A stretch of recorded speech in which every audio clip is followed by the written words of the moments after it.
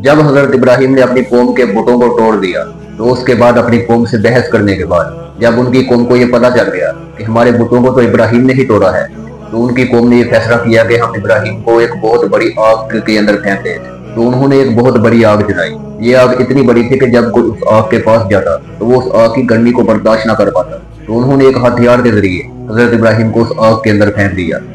जब हजरत इब्राहिम उस आग के अंदर गिरे तो अल्लाह ने उस आग को ठंडा कर दिया और उस आग को हजरत इब्राहिम के लिए रहमत बना दिया। हजरत इब्राहिम अलैहिस्सलाम अल्लाह की हम्द करते हुए उससे बाहर आ गए।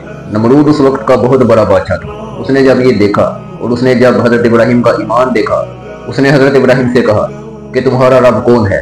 हजरत इब्राहिम ने फरमाया कि मेरा रब वो है जो जिंदा करता है और मारता है। नमरूद ने कहा कि ये काम तो मैं भी कर सकता हूँ, इसमें कौन सी बड़ी बात है?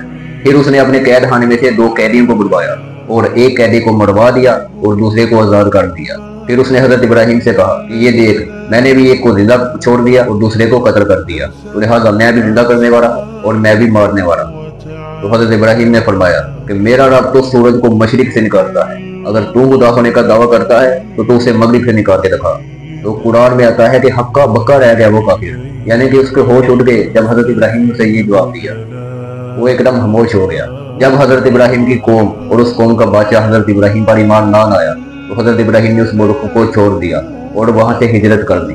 पहले तो वो शाम की तरफ गए, फिर उसके बाद वो फलस्तीन में जाके रहने लगे। वही फलस्तीन जहां पर आज बेचारे मुसलमानों पर बहुत ज्यादा जुल्म हो रहा है। सब्सक्राइब।